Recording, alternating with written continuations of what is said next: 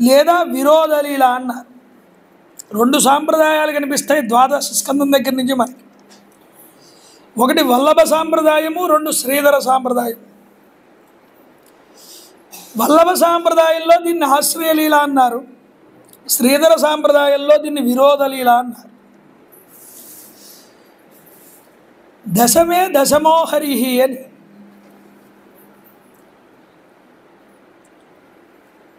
ఇక్కడ చూడండి, కృష్ణ కథ మొత్తం 90 అధ్యాయాలతో ఉంటుంది మనకి. 90 అధ్యాయాలు 3 లీలలు కనిపిస్తాయి. నాయన పరీక్షిత్, కృష్ణ కథ చెప్పబోతున్నాను, కాస్త ఏమైనా మంచినీళ్ళు తాగాలనుకుంటే తాగు, ఎందుకంటే ఇంకెక్కడ ఆగదు ఈ 90 అధ్యాయాలను.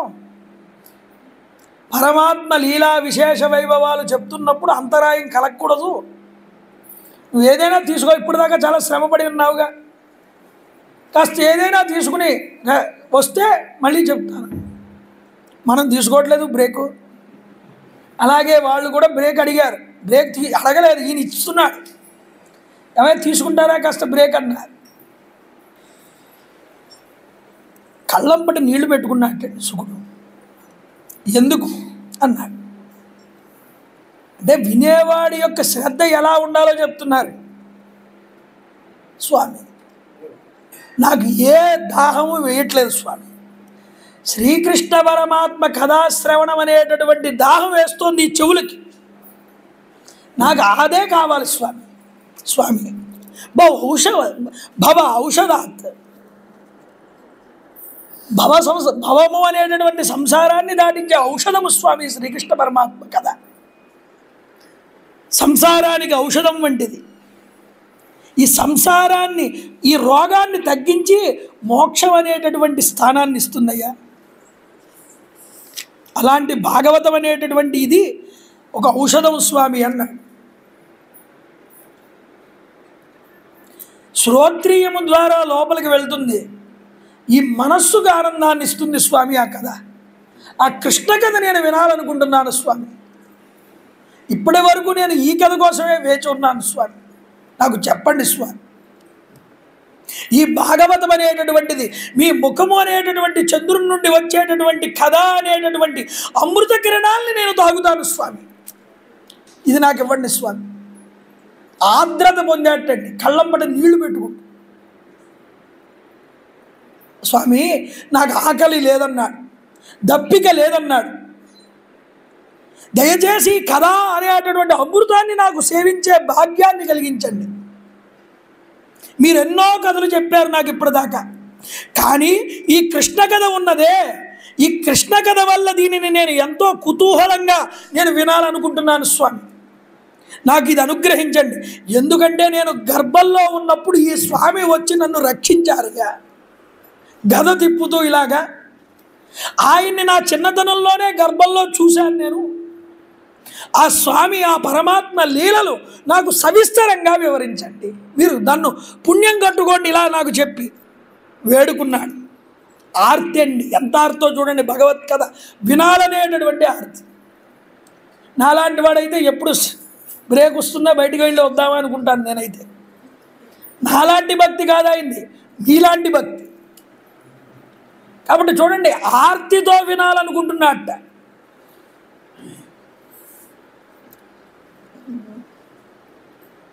శ్రీకృష్ణ లీలల గురించి నేను అడిగిన వాడిని, అడగని వాడిని కూడా నాకు చెప్పండి. అడిగిన వాటివే కాదు స్వామి, మీరు అడగని వాటిని కూడా ఉన్న వాటిని నాకు చెప్పండి. అందులో విశేషాలను విపులంగా వివరించండి. నేను శ్రద్ధగా వినాలనుకుంటున్నాను స్వామి ఈ కథలన్నీ, కుతూహలపడుతున్నా. మీ ముఖారవిందం నుంచి వచ్చేటటువంటి ఈ హరికథామృతాన్ని తాగడానికి నా మనసు పరవశించిపోతున్నది స్వామి. ప్రాయోప్రవిష్టుడై ఉన్నటువంటి నన్ను దుస్సహమైనటువంటి ఆకలి దప్పులు ఏమీ కూడా నన్ను బాధించలేవు స్వామి అన్నాడు. చూడండి, ఇక్కడ ఒక విషయం చెప్తున్నారు. స భగవాన్ యయం నిశమ్య భృగునందన సాధువాదం వైయాసకి స భగవాన్ అద విష్ణురాతం ప్రత్యర్చ కృష్ణచరితం కలికల్మషగ్నం వ్యావర్తుమారభత భాగవత ప్రధాన. నాయన సుఖ, ఇప్పటిదాకా నేను 9 స్కందాలు చెప్పాను. నేను శుకుడు అంటున్నాడండి, శ్రీకృష్ణ పరమాత్మ వచ్చారట. వచ్చి శుకుడితో మాట్లాడుతున్నారు. అయినా సుఖ, నువ్వు 9 అధ్యాయాలు ఇప్పటిదాకా 9 స్కందాలు చెప్పావుగా, ఈ 10వ స్కందం మాత్రం నేను చెప్తాను, నువ్వు పక్క తప్పుకో అన్నాడు శుకుడితో శ్రీకృష్ణ పరమాత్మ. ఎందుకు? వీడు నా భక్తుడు, ఈ భక్తుడికి నా కథ నేనే చెప్పుకోవాలన్నాడు.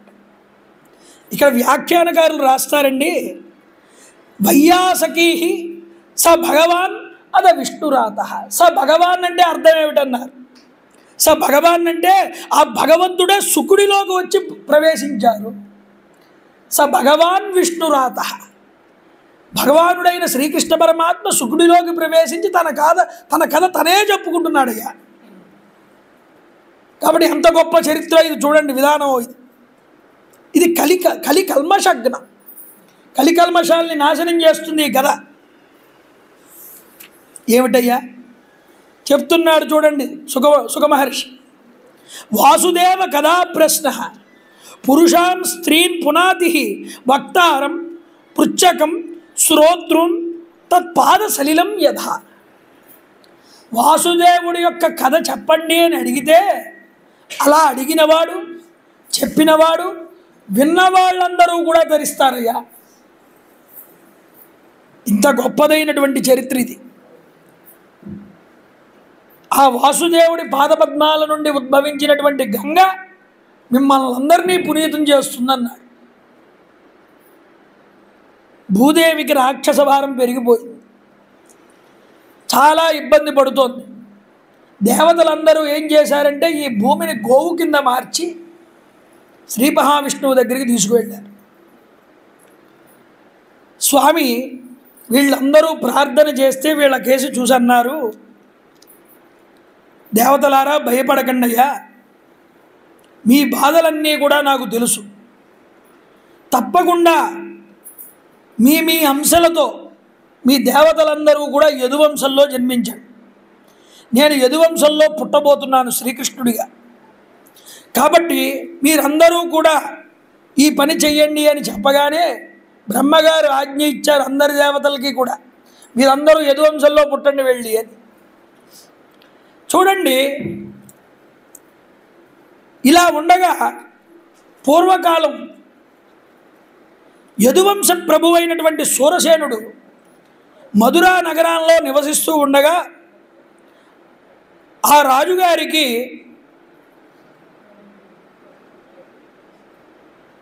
వసుదేవుడు అనేటటువంటి కుమారుడు ఉన్నాడు. ఈ వసుదేవుడు ఈ మధురా నగరం నందే దేవకి అనేటటువంటి ఆవిడని వివాహం చేసుకుని ఇంటికి తీసుకొస్తూ ఉండగా ఈ దేవకి యొక్క సోదరుడైనటువంటి కంసుడు అనేటటువంటి వాడు స్వయంగా తాను గుర్రాలను ఎక్కి అధిరోహించి రథాన్ని ఆ బావగారిని చెల్లెల్ని కూడా ఎక్కించి ఉగ్రసేన మహారాజు గారి కొడుకు ఈ కంసుడు, ఈ దేవకీదేవి ఆ ఉగ్రసేనుడు యొక్క కొడుకు, తమ్ముడైనటువంటి దేవకుడు యొక్క కూతురు. దేవకుడు చాలా సంభారాలన్నీ ఇచ్చి పంపుతున్నాడు, పెళ్లి చేసి పంపుతుండగా ఈ సంభారాలన్నీ ఇచ్చాడు. రథం మీద ఈ కంసుడు కూర్చున్నాడు, బావగారిని అక్కగా చెల్లెల్ని వెనకాల కూర్చోబెట్టుకున్నాడు, వెళ్తున్నాడు ముందరికి. ఈలోపు అశరీర వాడి పలికింది. పలికి ఏమన్నది? పది ప్రగ్రహిణీం కంసాం అభాష్యా శరీరవాక్ అస్యాస్యాం అష్టమో గర్భో హంతం యాం వహాయసే బుధ. అష్టమ గర్భంలో దేవకీదేవికి పుట్టబోయేటటువంటి బిడ్డ ఎవరైతే ఉన్నారో ఆ బిడ్డ చేతిలో నీకు మరణం తథ్యమన్నది. వీడు చాలా క్రూరుడండి. వాడికి ఏదైనా ఇబ్బంది వస్తుందంటే అసలు ముందే ఆగడు వాడు. వెంటనే గుర్రం నుంచి ఆ బండి నుంచి రథం నుంచి కిందకి దిగి చెల్లెల మీద కత్తెత్తే నరికేద్దామని చెల్లెలు. ఎందుకంటే దీన్ని నరికేస్తే ఇంకా పిల్లలే పుట్టే ఛాన్స్ ఉండదుగా. వెంటనే కంగారు పడిపోయాడు వసుదేవుడు. శ్లాఘనీయ గుణ సూరైర్ భవాన్ భోజయశస్కర. రాజకుమార, నువ్వు అందరికీ ఆదరణీయుడివి కదయ్యా, ఇలాంటి నీ గుణాలను అందరూ మెచ్చుకుంటారు, నువ్వు ఇలాంటి పని చేస్తే అందరూ కూడా నిన్ను తిట్టుకుంటారయ్యా. ముందు ఎలాగైనా సరే తన భార్యని కాపాడుకోవాలని అనుకుంటున్నాడు వసుదేవుడు. కాబట్టి ఏం చెయ్యాలి? ఈ పిల్లకి ఇంకా కాళ్ళపారాని ఆరలేదు. స కదాం భగినీం హన్యాత్ స్త్రీయ. ఇప్పుడు అందులోనూ నీ సోదరి, అందున స్త్రీ, ఇలాంటి స్త్రీని కనుక నువ్వు చంపితే నీకెంత పాపం. అందరూ నిన్నేమంటారు? ఒక స్త్రీని చంపాడంటారు. ఆలోచించు. చాలా తెలివైన వాడండి వసుదేవుడు. ముందు ఈవిడ్ని చంపకుండా ఆఫ్ చేస్తే తర్వాత ఏం జరిగినా ఆ తర్వాత చూసుకోవచ్చు అనుకున్నాడు. నీకు ఈవిడి వల్ల ఎటువంటి భయం లేదు. ఆకాశవాణి చెప్పిన దాన్ని బట్టి చూస్తే ఈవిడికి పుట్టబోయే సంతానం వల్ల కదా ఇబ్బంది నీకు. కాబట్టి నేను నీకు మాట ఇస్తున్నానన్నాడు. ఈవిడికి ఎప్పుడు సంతానం కలిగినా ఆ సంతానాన్ని తెచ్చి నీకు ఇచ్చేస్తాను, నువ్వు చంపేసుకో, కానీ ఈవిడిని విడిచిపెట్టు. ఈ మాట అనగానే వాడు అప్పుడు వదిలిపెట్టాడు. సరే ఇదేదో బాగుంది అని వెంటనే ముందరికి నడిచాడు. వసుదేవుడు సత్యసంధుడు అన్న విషయం అతనికి తెలిసాడు. మాట ఇచ్చాడంటే దాని మీద నిలబడతాడు. కొంతకాలం గడుస్తోంది. 1 సంవత్సరం అయ్యేటప్పటికి ఈవిడ గర్భవతి అయింది. మొదటి సంతానం పుట్టింది. మాటిచ్చాడుగా వసుదేవుడు. సంతానాన్ని పట్టుకొని కంసుడి దగ్గరికి వచ్చాడు. కంసుడి దగ్గరికి వచ్చి, అయ్యా ఇదిగో నా మొదటి సంతానం తీసుకొచ్చాను. ఆనందించాటండి కంసుడు. ఎంత నిజాయితీ, మాట ఇచ్చిన మాట మీద ఎంత బాగా నిలబడ్డాడు మా బావా, నేను ఏమీ చెయ్యను ఈ బిడ్డని. 8వ సంతానం అని చెప్పింది కదా ఆకాశవాణి. 8వ సంతానం తప్పుడు తీసుకురా, ఈ వీళ్ళందరినీ నువ్వు ఉంచేసుకో, తీసుకుపో అన్నాడు. ఈలోపు నారదుల వారు వచ్చారటండి. నారదుల వారు వచ్చి, ఏమిటయ్యా పంపించేస్తున్నావు ఏమిటన్నారు. ఏం లేదు, మా చెల్లెలు అష్టమగర్భం నన్ను చంపుతానంది, అందువల్ల ఈ మొదటి సంతానమే తెచ్చిచ్చేసాడు నాకు. పాపం వద్దురా, 8వ సంతానం తీసుకురా, అప్పుడు చంపుతానన్నాను. నీకన్నా తెలివి తక్కువవాడు ఇంకొకడు లేడన్నట్టు నారదుడు. ఎందుకు? వీడి చేత ఇంకా ఫాస్ట్గా తప్పులు చేయించి వీడిని తీయించే, ఇది నారదుడి కాన్సెప్ట్. నీకన్నా తెలివి తక్కువవాడు అదేమిటంటే అలా అన్నాడు. ఏం లేదు, ఆ పళ్ళల్లో పండు ఇలా తీసుకురా అన్నాడు. కమలాపండు ఒకటి తీసుకొచ్చి అక్కడ పెట్టాడు. ఈ యొక్క కమలాపండు తొక్క వలవరా అన్నట్టు తొక్క వలిచాడు. లెక్క పెట్టన్నాడు తొనల్ని. ఎన్ని ఉన్నాయన్నాడు. 8 ఉన్నాయన్నాడు. ఇందులో 8వ తొన ఏమిటో చూపించన్నాడు. అది ఎలా కుదురుతుందండి అన్నాడు. అదే ఇంకో ఏదో చూపించాడు, ఒకటి చూపించాడు. అదే 8వదని అలా చెప్పావన్నాడు. నువ్వు 8వ సంతానం అన్నాడు కాబట్టి మొదటి నుంచి 1, 2, 3, 4, 5, 6, 7, 8వ సంతానం నువ్వేలా అనుకుంటావురా? ఆయన లెక్కలో 8 నుంచి స్టార్ట్ చేసి వెనక్కి వస్తే మొదటివాడు వీడే అవుతాడు, నిన్ను చంపేస్తాడు. కాబట్టి ఎప్పుడూ కూడా అలా శత్రుశేషాన్ని ఉంచుకోకూడదురా, వెంటనే వేసే అన్నాడు. వీడికి వెంటనే జ్ఞానోదయం అయింది. వచ్చి మీకు నాకు జ్ఞానోదయం చేశారయ్యా, నమస్కారం చేశాడు ఈ కంసుడు నారదుడికి. వెంటనే భటుల్ని పంపించి తీసుకురండి, వెనక్కి తీసుకురండి ఆ వసుదేవుడు కొడుకునన్నారు. వెంటనే తీసుకొచ్చి వచ్చిన వాడిని వచ్చినట్టుగా నరికేశారు. ఇలా 6 బిడ్డలు పుట్టడం, 6 చంపేయడం జరిగింది. చూడండి, వీడు చాలా గొప్పవాడు కంసుడు. మగధ దేశాధిపతి అయినటువంటి జరాసంధుడి కూతుర్లు వీడి యొక్క భార్యలండి. ఇక జరాసంధుడే వీడి వైపు ఉన్నాడు అంటే కాలనేమి, చాణూరుడు, భకుడు, ప్రలంబుడు, తృణావర్తుడు, అఘాసురుడు, ముష్టికుడు, అరిష్టుడు, ద్వివిధుడు మొదలైనటువంటి కేసి, ధేనుకుడు మొదలైన రాక్షసులందరూ వీడి యొక్క ఊడిగం చేస్తున్నారు వీడికి. ఈ యాదవులందరికీ కూడా ఉపద్రవాలు కలిగించాట.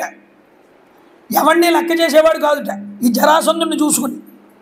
వీడికి భయపడిపోయి యాదవుల్లో చాలామంది కేకేయ, పాంచాల, శాల్వ, విదర్భ, నిషద, విదేహ, కోసల దేశాల్లోకి వెళ్ళి తలదాచుకున్నారట వీడికి భయపడి, యాదవ వంశంలో చాలామంది. అయితే చూడండి, కాలగర్భంలో ఏమైంది అంటే 6 చనిపోయిన తర్వాత 7వ సంతానం దేవకీదేవికి పుట్టాలి. 7వసారి గర్భవతి అయ్యిందండి. ఎవరు పుట్టబోతున్నారు ఈ 7వ సంతానంలో అంటే అనంతుడు, శేషుడు. ఆయన ఈవిడ గర్భంలోకి వచ్చాడు, దేవకీదేవి గర్భంలోకి. అదే రోజు శ్రీకృష్ణ పరమాత్మ విష్ణువు ఆ యొక్క యోగమాయని పిలిచారన్నారు. యదూనాం నిజనాథానాం యోగమాయాం సమాధిశతు. ఈ యోగమాయాం అన్న దానికి 56 అర్థాలు రాశాడు రామనారాయణుడు అని మహాకవి, గొప్ప పండితుడు. ఈ యోగమాయ అనే శబ్దానికి రాశాడు 56 అర్థాలు. ఈ కంసుడి వల్ల కలిగినటువంటి భయం వల్ల ఈ యోగమాయ ఇలా పిలిచి స్వామివారు ఆదేశిస్తున్నారు యోగమాయకి, ఓ యోగమాయాదేవి, నువ్వు గోపాలులకి గోవులకి నెలవై ఉన్నటువంటి వ్రజభూమికి వెళ్ళమన్నాడు. ఈ వ్రజభూమికి వెళ్ళి అక్కడ వెంటనే నందుడి యొక్క పాలనలో ఉన్నటువంటి గోకులంలో వసుదేవుడి యొక్క భార్యల్లో ఒక ఆవిడైనటువంటి రోహిణీదేవి ఉన్నది. అక్కడ ఆవిడ యొక్క గర్భంలోకి నువ్వు వెళ్ళి ప్రవేశించు. వసుదేవుని యొక్క ఇతర భార్యలు కంసుడికి భయపడి రహస్య ప్రదేశాల్లోకి వెళ్ళి దాక్కున్నారు. నా అంశతో ఉన్న ఆదిశేషుడు దేవకీ గర్భంలో ఉన్నాడు. ఇప్పుడు ఆ గర్భంలో ఉన్న శిశువుని తీసుకువెళ్ళి ఆ యొక్క రోహిణి గర్భంలోకి ప్రవేశపెట్టు అని యోగమాయను ఆజ్ఞాపించాడు. చూడండి, నేను షడ్గుణైశ్వర్య సంపదలతో కూడుకున్నటువంటి నా అంశతో దేవకీదేవికి పుత్రుడుగా పుడతానన్నాడు. ఇలా యోగదేవికి ఆజ్ఞ ఇచ్చి చెప్తున్నాడు, నువ్వు మానవుల యొక్క సకల వాంఛల్ని కూడా ఈడేర్చడానికి సమర్థురాలివమ్మా ఓ యోగమాయ. కాబట్టి ఈ విషయాన్ని తెలుసుకున్న జనులు సమస్త మనోరథాలు తీర్చడానికి నిన్ను ధూప దీప నైవేద్యాలతో అర్చిస్తూ ఉంటారు. భూలోకంలో నువ్వు భూలోకంలో చాలా పేర్లతో పిలువబడుతూ ఉంటావు.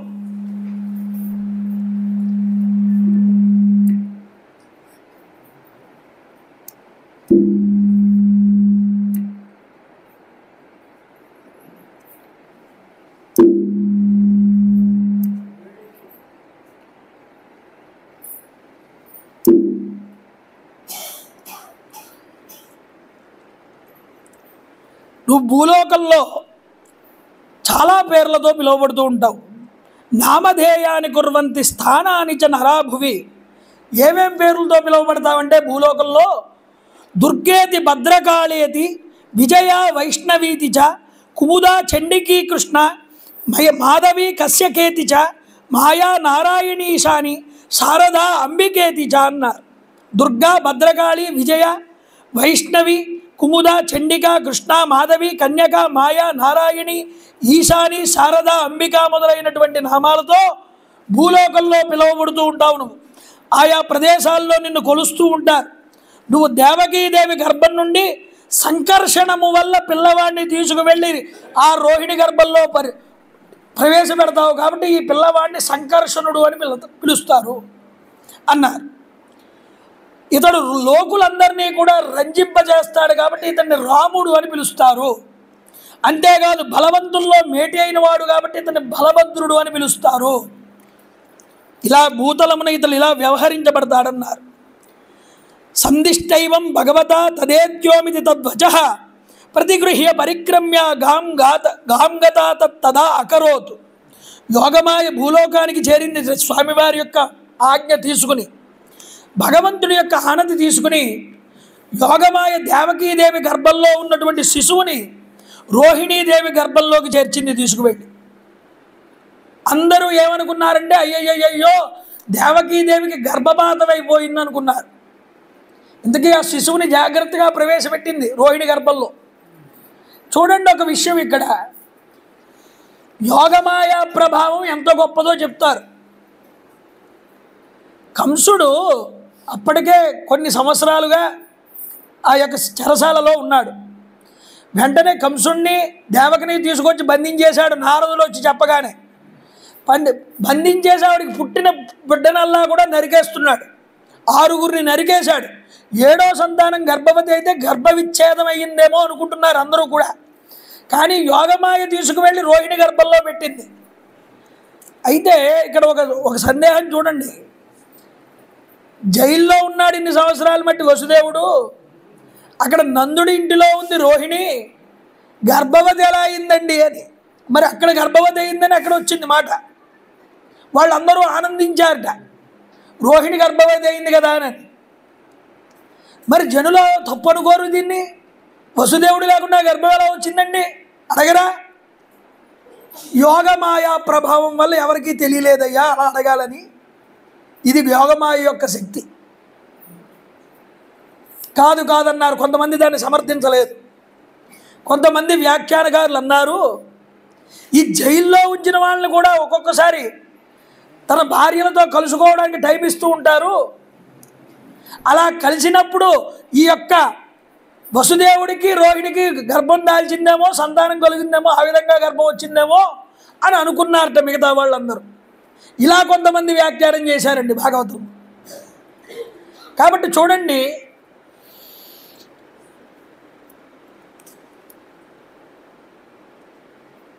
అందరూ గర్భస్రావం అయిందనుకున్నారు ఇవిడికి.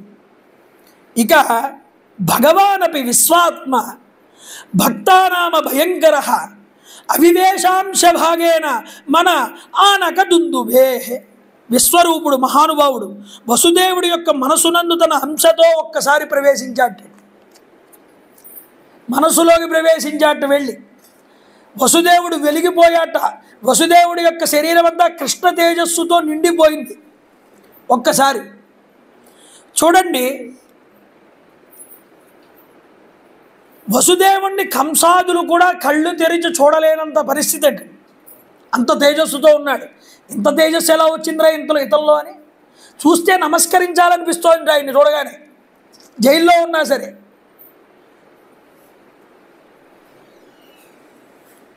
వసుదేవుడి వల్ల దేవకీదేవి నిర్మలమైనటువంటి మనస్సుతో ఒకానొక రోజు ఆయన యొక్క తేజస్సుని ధరించింది ఈ యొక్క దేవకీదేవి. చూడండి, శ్రీహరి యొక్క అంశ దేవకీదేవి యొక్క గర్భంలోకి వెళ్ళింది. ఆ మహాప్రభువుకి ఆవిడ యొక్క గర్భం ఆవాస స్థానం అయ్యిందన్నారు. కంసుడి యొక్క చెరలో మ్రగ్గుతున్నటువంటి ఆ సాధ్వి కుండలో పెట్టిన దీపంలాగా వెలుగుతోందయ్యా అన్నారు. వేదాలకి విరుద్ధంగా వ్యాఖ్యానించేటటువంటి మూర్ఖుడి యొక్క విద్య వలె తన తేజస్సు లోకానికి అందింపలేకపోతోంది ఆ యొక్క జైల్లో ఉండడం వల్ల. ఈ చెరసాలంతా వెలుగులతో నిండిపోతోందిటండి. అందరూ ఆశ్చర్యపోతున్నారు, ఎప్పుడూ లేదు ఇంత తేజస్సు దేవకిలో, ఇంత అందంగా ఉందేమిటి, ఇంత తేజస్సుతో ఉందేమిటి అనుకుంటున్నారట. ఈడు చూశాడు కంసుడు, మా చెల్లెమిటి రోజు రోజుకి ఇంతలా తేజస్సు వచ్చేస్తోంది, ఈ గర్భంలోనే ఉండుంటాడు అయితే నన్ను చంపేవాడు, నా ప్రాణాలు హరించేటటువంటి హరి ఈ పాటికి చేరి ఉండడం తథ్యం అనుకున్నాడు. కానీ ఇప్పుడు గర్భంతో ఉంది, చంపేస్తే బాగోదు, ఇలా స్త్రీని చంపడం మంచిది కాదు, అందులోనూ గర్భవతి, తొందరపడకూడదు అనుకున్నాడు. నా యశస్సు దెబ్బతింటుంది, ఇలాంటి గర్భవతిని చంపాననేటటువంటి అపవాదు నా మీద పడుతుంది. చూడండి, ఆవిడ్నే చూస్తున్నాడు రోజు వసుదేవుడు. ఆయనకి ఏమనిపించింది అంటే ఈ జగత్తంతా హరిమయమేనేమో అనిపించిందిట. ఇద్దరు కనిపించింది అలా, ఒకడికి వసుదేవుడికి, రెండు కంసుడికి. ఎందుకు వాడు భయంతో అంతా కృష్ణుడు ఈ విష్ణువునే చూస్తున్నాడు. ఈయన ఆ జగత్తంతా విష్ణుమయంగా దర్శనం చేస్తున్నాడు. ఆయన మరి దగ్గరున్నాడుగా ఆయన. అందుకని ఈలోపు ఒక రోజు ఏమైంది అంటే ఈ చెరసాలలో ఉన్న దేవకీదేవి గర్భంలో ఉన్న కృష్ణ పరమాత్మని ప్రార్థన చేయడానికి దేవతలందరూ వచ్చారు. బ్రహ్మా భవశ్చ తత్రైవ మునిభిః నారదాదిభిః దేవైః సానుచరైః సాకం గీర్భిర్వృషాణం మైడయన్. బ్రహ్మగారు, పరమశివుడు, ఇంద్రాది దేవతలు, నారదాది మహర్షులు అందరూ కూడా ఆ గర్భాన్ని ధరించి ఉన్నటువంటి దేవకీదేవి దగ్గరికి వచ్చి ఆ గర్భాన్ని నమస్కారం చేసి ప్రస్తుతించారట. సత్యవ్రతం సత్యపరం త్రిసత్యం సత్యస్య యోనిం నిహితం చ సత్యే సత్యస్య సత్యామృత సత్యనేత్రం సత్యాత్మకం త్వాం శరణం ప్రపన్నాః. అయ్యా భగవాన్ శ్రీ ఓ మహావిష్ణు, మీరు సత్య సంకల్పులు, సత్య జీవనమే మీకు ఆధారం. మీరు పంచభూతములు అనేటటువంటి వాటి నుంచి పుట్టుక అనేటటువంటి దానికి కారణమైనటువంటి వారు. అయ్యా మహానుభావ, వాక్కులకి నువ్వు అందని వాడివయ్యా. నీ వాక్యాలు అనేటటువంటివి నిత్య సత్యములు. నువ్వు సకల ప్రాణుల్ని కూడా సమానంగా చూసేటటువంటి వాడి. ఈ విధంగా ప్రార్థన చేస్తూ శ్రీకృష్ణ పరమాత్మని వాళ్ళు అన్నారటండి, దిష్ట్యాంబ తే కుక్షిగత పరహ పరప్పుమాను అంశేన సాక్షాత్ భగవాన్ భవాయనః. ఓ తల్లి దేవకీదేవి, మానవ కళ్యాణానికై శ్రీ మహావిష్ణువు సాక్షాత్తుగా జ్ఞాన బల ఐశ్వర్యాది అంశాలతో నీ గర్భంలో విరాజిల్లుతున్నాడమ్మా. నీకే విధమైనటువంటి భయము లేదు. చావు మూడి ఉన్నటువంటి కంసుడికి నువ్వు ఇంకా ఏమాత్రము కూడా భయపడాల్సినటువంటి అవసరం లేదన్నారు. ఎందుకంటే స్వామే నీ గర్భంలోకి వచ్చారు. నీ కుమారుడు యదువంశానికి రక్షకుడవుతాడమ్మా అన్నారు ఈశ్వరుడు, బ్రహ్మగారు మొదలైన వాళ్ళు అని. సరే ఇంకా వెళ్ళి వస్తావని ఆవిడ దగ్గర సెలవు తీసుకుని జాగ్రత్తగా ఉండండి, భయపడకండి అన్ని మాటలు చెప్పారు. ఇంద్రాది దేవతలందరూ చేతులు కట్టుకుని వెనకాల ఏం చెప్తున్నారా అని ఇలా వింటున్నారట. రే మీరు అందరూ బయటికి నడవండి, మేము వస్తామన్నారట పరమేశ్వరుడు, బ్రహ్మగారు. లేదండి మేము వెళ్ళం, మీతో పాటే మేము బయటకు వస్తామన్నారట వాళ్ళు. అంటే ఏదైనా రహస్యం చెప్తున్నారేమో, మేము మిస్ అయిపోతాం అది వినకుండా. వాళ్ళకి ఆతృత ఎక్కువ దేవతలకి. మేము కూడా ఉంటాం స్వామి అన్నట్టు. సరే అప్పుడు వీళ్ళిద్దరూ బయటికి నడిచిన తర్వాత వెనకాల వీళ్ళు నడిచారట. ఇది చూడండి. అప్పుడు బయటకు వచ్చారు అందరూ కూడా. అద సర్వగుణోపేత కాల పరమశోభన. రానే వచ్చింది సమయం. ఏమిటి? పరమశోభన. ఈ కాలాన్ని ఏమన్నారండి అన్నారు? పరమశోభన కాలం అండి అన్నారు. భాగవతుడు పుడితే శోభన కాలం అంటారు. అదే పరమాత్మే పుడితే పరమశోభన కాలం. అది వ్యాసుల వారి హృదయం. ఇక్కడ పట్టుకోవాలి మీరు ఒక్కొక్క పదాన్ని కూడా.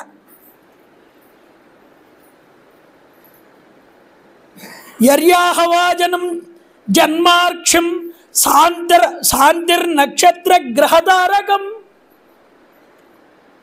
అజన జన్మార్క్షం అన్నారు. అజన అంటే ఏమిటన్నారు? బ్రహ్మ అనే అర్థం అండి. బ్రహ్మగారి యొక్క నక్షత్రంలో పుట్టబోతున్నాడు అని. ఎందుకుట? శ్రీ మహావిష్ణువు బయలుదేరుతూ వస్తున్నారు. బ్రహ్మగారు ఆప్ చేశారట. నాన్నగారు ఎక్కడికి వెళ్తున్నారండి అన్నారు బ్రహ్మగారు. భూలోకంలో దేవకీ గర్భంలో జన్మించడానికి వెళ్తున్నాను రా నాయన. అయితే నాకు కోరికుంది తీరుస్తారా అని అడిగాడు. ఏమిటి? మీరు నా జన్మ నక్షత్రంలో పుట్టండి భూమి మీద, అది నాకు చాలా ఆనందం కోరుకున్నట్ట. సరే నాకు పుడతాను, దాన్నే ఉంది. బ్రహ్మగారి నక్షత్రం రోహిణి కాబట్టి నేను రోహిణి నక్షత్రంలో పుడతానని కిందకు వస్తున్నాడు. ఏమండి ఈలోపు ఏమైంది అంటే రోహిణీదేవి వచ్చి చంద్రుడి దగ్గరకు వచ్చింది. భూమి మీద శ్రీ మహావిష్ణువు పుట్టబోతున్నారు, మీరు వెళ్ళి స్వామిని ప్రార్థించి మీరు రోహిణీ నక్షత్రంలోనే పుట్టండి అని మీరు బతిమాలండి. ఎందుకంటే నేను మీకు బాగా ఇష్టమైనటువంటి భార్యని, ఆయన నా నక్షత్రంలోనే పుట్టాలందిట. ఒకవేళ మీరు అలా నక్షత్రంలో పుట్టకుండా వచ్చి స్వామివారు ఏదైనా వేరే నక్షత్రంలో పుట్టారా మీరు ఇంటికి రాకండి అంది. మీకు ఏమీ లేదు, ఇంకా ఫుడ్ లేదు, ఏమీ లేదు మీకు. ఇదేమిటే బాబు నా గొప్ప ముంచేస్తున్నావు, సరే వెళ్ళి ప్రార్థిస్తారని చంద్రుడు ప్రార్థించాటే. సరేనయ్యా పుడతాను రోహిణీ నక్షత్రంలోనే అన్నారట స్వామి. హరిభక్తి రసాయనం అని గొప్పదైనటువంటి గ్రంథం అండి, హరిసూరి అని రాశాడు. ఆయన చెప్తాడు ఈ మాటలన్నీ.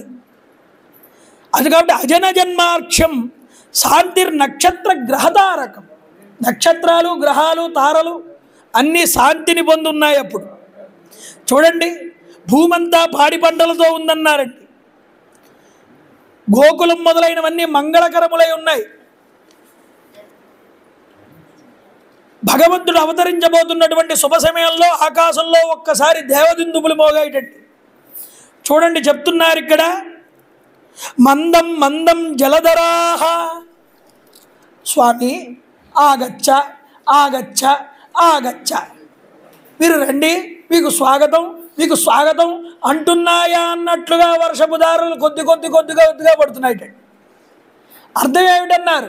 అసలు అది శ్రావణ మాసం, వర్ష ఋతువు, వర్షాలు చాలా గట్టిగా పడాలి, కానీ వర్షం అలా పడట్లేదుట, చాలా నెమ్మదిగా పడుతున్నాయి. మందం మందంచ జలధారాః నిషీదే తమ ఉద్భూతే జాయమానే జనార్దనే దేవక్యాం దేవరూపిణ్యాం విష్ణు సర్వగుహాయస రమారమణ గోవింద గోవింద. ఆ దేవకీదేవి గర్భంలో శ్రీ మహావిష్ణువు శంకు చక్ర గదా పద్మములతో 4 చేతులతో ఆమె గర్భం నుండి ఉద్భవించాడయ్యా అన్నారు. రమారమణ గోవింద గోవింద.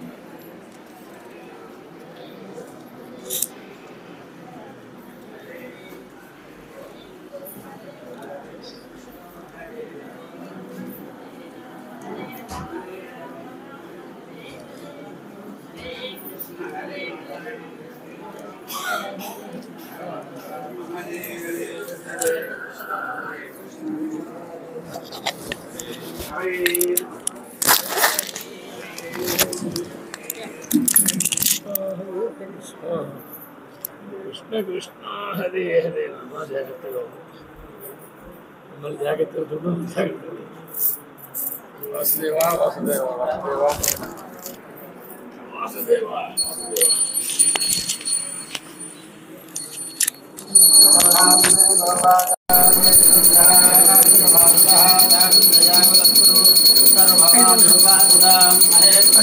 ఒక 5 నిమిషాలు ముందే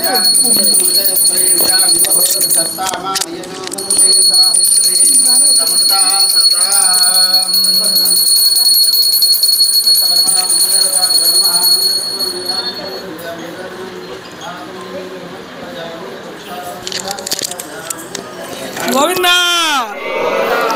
గోవింద గోవింద. హర నమ పార్వతీపదే హర మహాదేవ.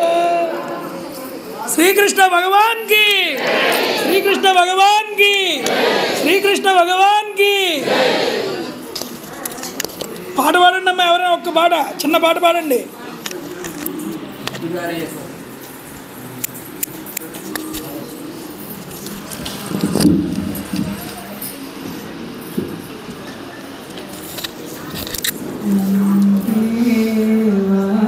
వాసుదేవం శ్రీపతిం వందే వాసుదేవం శ్రీపతిం వందే వాసుదేవం బృందారకాధీశ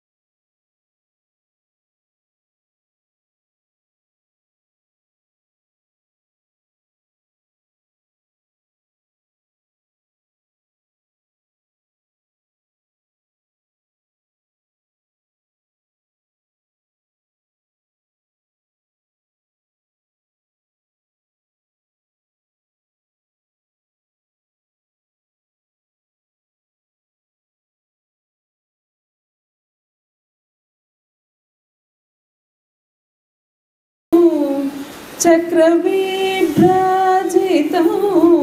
సరసిరుగాననం చక్రవిభ్రాజితం సరసిరుగాననం చక్రవిభ్రాజితం సరసిరుగాననం చక్రవిభ్రాజితం సరసిరుగాననం చక్రవిభ్రాజితం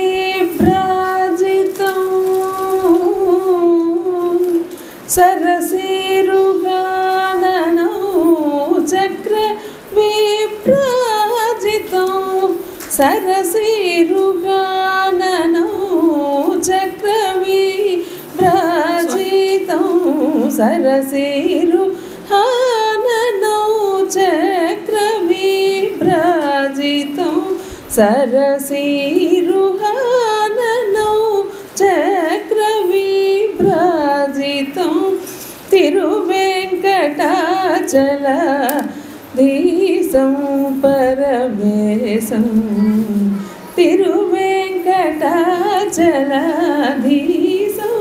పరమేశం రి గరి సని సరి మరి మ పని సరి గరి గరి సని రి సని పని సరి ప మరి గరి సరి రి గరి సని సరి మరి మ పని సరి గరి రి గరి సని రి సని పని సరి ప మరి గరి సరి మరి మ పని సరి గా గరి సని రి ని సరి పదని ప మరి గా గరి స వందే వాసుదేవం బృందారకాధీశ వందిత పదాజం వందే వాసుదేవం. రాధే కృష్ణ రాధే కృష్ణ రాధే కృష్ణ రాధే రాధే రాధే రాధే రాధే రాధే.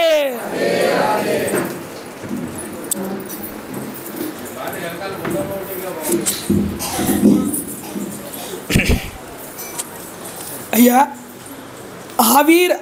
ఆవిరాసీద్ యదా ప్రాచ్యం దిశీందురివ పుష్కల. ప్రాచ్య దిశ ఎందు తూర్పు దిశగా ఆవిర్భవించాట స్వామి. వచ్చాడు బయటికి. వచ్చిన వెంటనే ఎలా ఉన్నాడయ్యా స్వామి అన్నారు.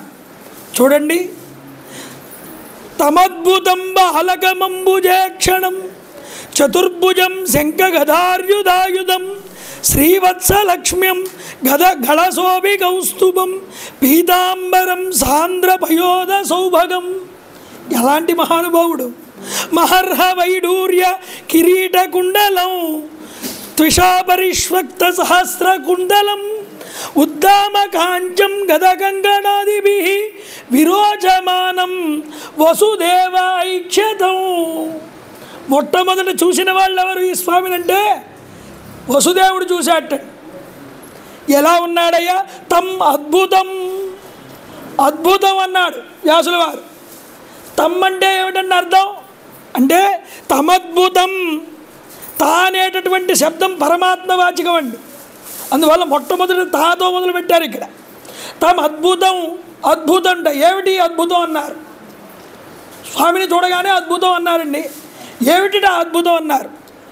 బాలకం, బాలుడి కింద ఉన్నాడండి, అందువల్ల అద్భుతం అన్నారు. బాలుడిగా ఉండే అద్భుతం ఎందుకు అవుతుందండి? ఏదైనా పెద్దవాడి కింద చూస్తే ఒకేసారి అద్భుతం అవ్వాలి, కానీ బాలకుడు పుట్టిన వెంటనే బాలకుడి కింద కాకపోతే ఇంకెలా ఉంటాడు? కాదుట. అంబుజేక్షణం, పద్మముల వంటి నేత్రాలతో ఉన్నట్ట. చతుర్భుజం, ఎవరైనా 4 చేతులతో పుడతారా చెప్పండి? సాక్షాత్తు 4 చేతులతో కనిపించాట స్వామి. శంఖ గదార్యుధాయుధం, శంఖం చక్రం గద ఇవన్నీ పట్టుకుని ఉన్నట్ట. ఇది ఇంకా ఆశ్చర్యం. ఆశ్చర్యపోతున్నాడు, అందుకనే అద్భుతం అన్నాడండి ఇక్కడ. లేదయ్యా అంబుజేక్షణం. అంబుహు అంటే ఏమిటయ్యా? నీరు అన్నారు. ఈ క్షణం ఆ అంబువు నుంచి పుట్టిన వాళ్ళు ఎవరు? లక్ష్మీదేవి. ఆ లక్ష్మీదేవి ఎక్కడుందా అని చూస్తున్నట్ట పుట్టగానే. అందువల్ల అంబుజేక్షణం లక్ష్మీదేవి కోసం ఎదురు చూస్తున్న కన్నులు కలిగిన వాడు అన్నారు. కాదు కాదు, ఇలా చెప్పామంటే బృందావనంలోనికి గెటౌట్ అంటారు మనందరినీ కూడా. మార్చి చెప్పు, అలా చెప్పకంటారట వచ్చి జనాలందరూ బృందావనంలో. అంబుజ అంటే ఎవరయ్యా? రాధాదేవి. ఈ క్షణం రాధాదేవి కోసం వెతుకుతున్నట్టు పుట్టగానే అలాంటి వాడు. అందువల్ల అంబుజే క్షణం. బృందావనంలో వాళ్ళు చెప్పినట్టు మనం వినాలి, కానీ మనం ఇదయ్యా ఇలా చెప్పారు శాస్త్రంలో అంటే వాళ్ళు ఒప్పుకోరు. అక్కడ రాధాదేవే ముఖ్యం కాబట్టి అక్కడ లక్ష్మీదేవి మాట వాడకూడదు. ఏమయ్యా రాధాదేవిని మార్చు, లేకపోతే వెళ్ళిపోయి ఇక్కడి నుంచి అంటారట. కాబట్టి రెండు రకాలుగా చెప్పుకోవాలి మనం అంబుజాక్షరం అంటే. ఏమండి? చతుర్భుజం ఏమిటి? అద్భుతం. అంబుజాక్షరం అద్భుతం, చతుర్భుజం అద్భుతం. ఏమండి? శంఖ గదార్యుధాయుధం శ్రీవత్సలక్ష్మ్యం. కాస్త జుట్టుతో కూడి ఇలా వెంట్రుకలు తిరిగి ఉందిట శ్రీవత్సం అనే పుట్టుమచ్చ. అసలు అప్పుడే పుట్టినవాడికి వెంట్రుకలు ఉంటాయా శరీరం మీద? చూడండి. గళ శోభి కౌస్తుభం, మెడలో పోని కౌస్తుభ మణితో కూడా హారం ఉందిట స్వామివారి. పీతాంబరం పచ్చని పట్టుపుట్టం కట్టుకున్నారు స్వామి. పసుపు పచ్చని పట్టుపుట్టం. బట్టలతో పుడతారు ఎవరైనా అంటే సాక్షాత్తు శ్రీ మహావిష్ణువు దర్శనం వసుదేవుడికి జరిగిందయ్యా. మహర్హ వైడూర్య కిరీట కుండలం త్విషా పరిష్వక్త సహస్ర కుండలం. అయ్యా ఇక్కడ తమ అద్భుతం బాలకం. బాలకం అద్భుతం. ఇలాంటి బాలకుడు చాలా అద్భుతమయ్యా అన్నారు. లేదు లేదు, బాలకం అంటే అర్థం వేరండి అన్నారు. ఏమిటిట? బ్రహ్మగారిని బాలుడిగా కలిగిన వాడు అని అర్థంట. బాలకం అంటే కమ్ అంటే బ్రహ్మగారిని అర్థం. బ్రహ్మగారిని బాలుడిగా పొందాడు కాబట్టి ఆయన శ్రీ మహావిష్ణువు. తమ అద్భుతం బాలకం. ఈ బాలకం అంటే శ్రీ మహావిష్ణువు అని అర్థం వస్తుంది. కాబట్టి ఈ అద్భుతమైన వాడు ఎవరు? శ్రీ మహావిష్ణువే. కాబట్టి మహార్హ వైడూర్య కిరీట కుండలం. లేదయ్యా, బాలకం అన్నారు. ఈ బాల అంటే ఎవరండి అన్నారు? గోపబాలురండి అన్నారు. ఈ గోపబాలురికి కమ్ సుఖాన్ని ఇచ్చేవాడు కాబట్టి బాలకం. తమ అద్భుతం. గోపబాలురికి సుఖాన్ని ఇచ్చేటటువంటి అద్భుతమైన పురుషుడు పుట్టాడయ్యా. ఇలా రాసుకోండి పొమ్మన్నారు. ఇలాగా వ్యాఖ్యానకారులు ఈ శ్లోకానికి ఒక్కదానికి ఎన్నో అర్థాలు రాశారండి. చూడండి. మహార్హ వైడూర్య కిరీట కుండలం త్విషా పరిష్వక్త సహస్ర కుండలం ఉద్ధామకాంచం గద కంకణాదిభి. మంచి ఆభరణాలతో, పట్టు పీతాంబరాలతో, శంఖ చక్ర గదా పద్మాలతో, కౌస్తుభమణితో, శ్రీవత్సాంగంతో, లాంఛనాలతో చతుర్భుజుడై మొట్టమొదట వసుదేవుడికి కనిపించినటువంటి ఆ శ్రీకృష్ణ పరమాత్మకి ఒక్కసారి అందరూ చెయ్యెత్తి నమస్కారం చేయాలండి. శ్రీకృష్ణ పరబ్రహ్మణే నమో నమః. హరయే నమః, హరయే నమః, హరయే నమః. మిగతా విషయాన్ని రేపు పొద్దున్న వచ్చినప్పుడు మనం చెప్పుకునేటటువంటి ప్రయత్నం చేద్దాం. మంగళాశాసనపరై పదాచార్య పురోగమై సర్వైశ్చ పూర్వైరాచార్యై సకృదాయాస్తు మంగళం. కాలే వర్షతు పర్జన్య పృథివీ సత్యశాలిని. జై గురుదేవ దత్త.